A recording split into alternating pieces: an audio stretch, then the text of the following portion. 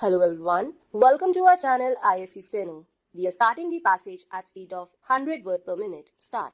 On behalf of the Indian National Commission and myself, I extend a very cordial welcome to Mr. Border, Director General of UNESCO, on the occasion of his first official visit to India.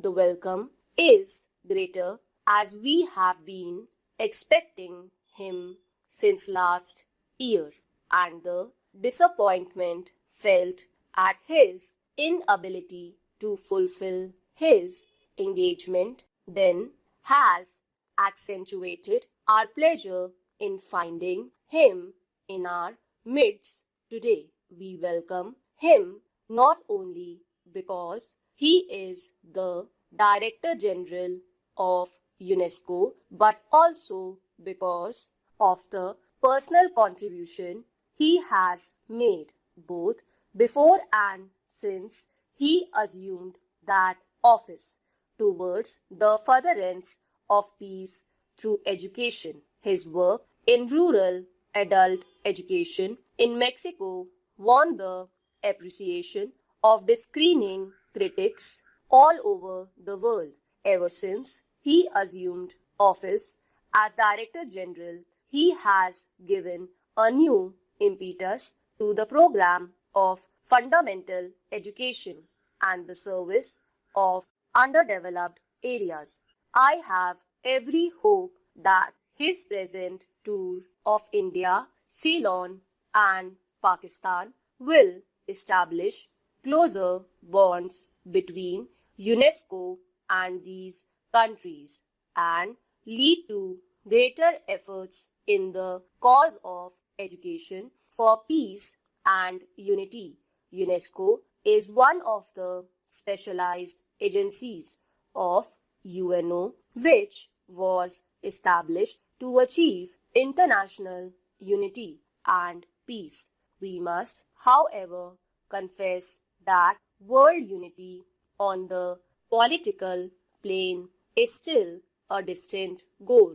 The world organization which have been set up to achieve political unity, whether as the League of Nations or the United Nations organization, have not yet achieved anything that can rekindle the hopes of men. UNO founded to solve all political problems in a spirit of equity by remaining free from entanglement with power blocks, is unfortunately itself becoming a victim of power politics. The conflicts between nations that formerly marked the field of diplomacy are now often displayed in the deliberations of UNO. How can we then hope that UNO will succeed in its aims unless it can disentangle itself from the fact of political groupings and judge all questions from the point of view of international justice and peace? While aware of the present shortcomings, India is nevertheless a staunch supporter for world peace, is so precious and objective that we cannot give up any instrument which offers even a remote hope of achieving it. And what instrument of world peace can there be other than UNO? If therefore is this troubled world we can find any gleam of hope for unity and peace, it can be only through the activity of UNESCO. UNESCO rightly recognizes that all conflicts originate in the mind of man, and hence it is in the minds of men that the basis of peace must be built. The emphasis here is on the cultural unity of mankind, to which different countries and different peoples have made their contribution. In UNESCO, one may therefore forget that clashes of take success and live in an atmosphere where representatives who oppose one another in the UNO can cooperate in creative effort. I may cite as an instance the political differences which have divided our country from South Africa. India has rightly sought the help of UNO to remove discrimination and racial inequality that prevail in South Africa. But in UNESCO, we find that the representatives of South Africa cooperate with the representatives of India in advancing the cause of education, science, and culture. Education is basic to the creation of an atmosphere in which human beings can meet one another on a plane of friendship and equality, and we are particularly happy that the direction of UNESCO is today in the hands of one who has identified himself with the furtherance of these ends. Mr. Director General,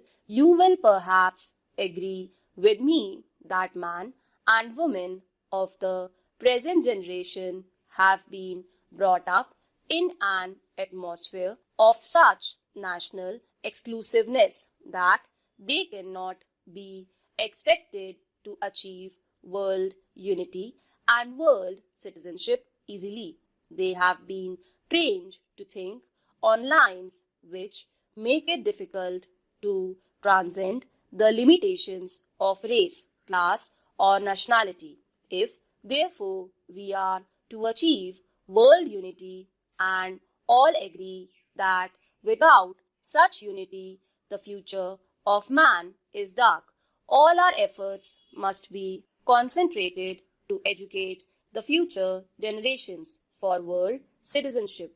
If from their earliest days the children of today are trained to think of one another in terms of unity and brotherhood, they will, when they grow up, develop an attitude of mind in which the present conflicts will become unnecessary and unreal. I also hope, Mr. Director General, that you will agree with me that for achieving this end, the entire method of teaching history and geography in schools must be changed.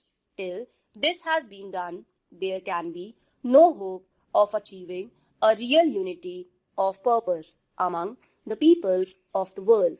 And without such unity, there can be no world citizenship. The way in which we teach history and geography today very much militates against this objective. Stop.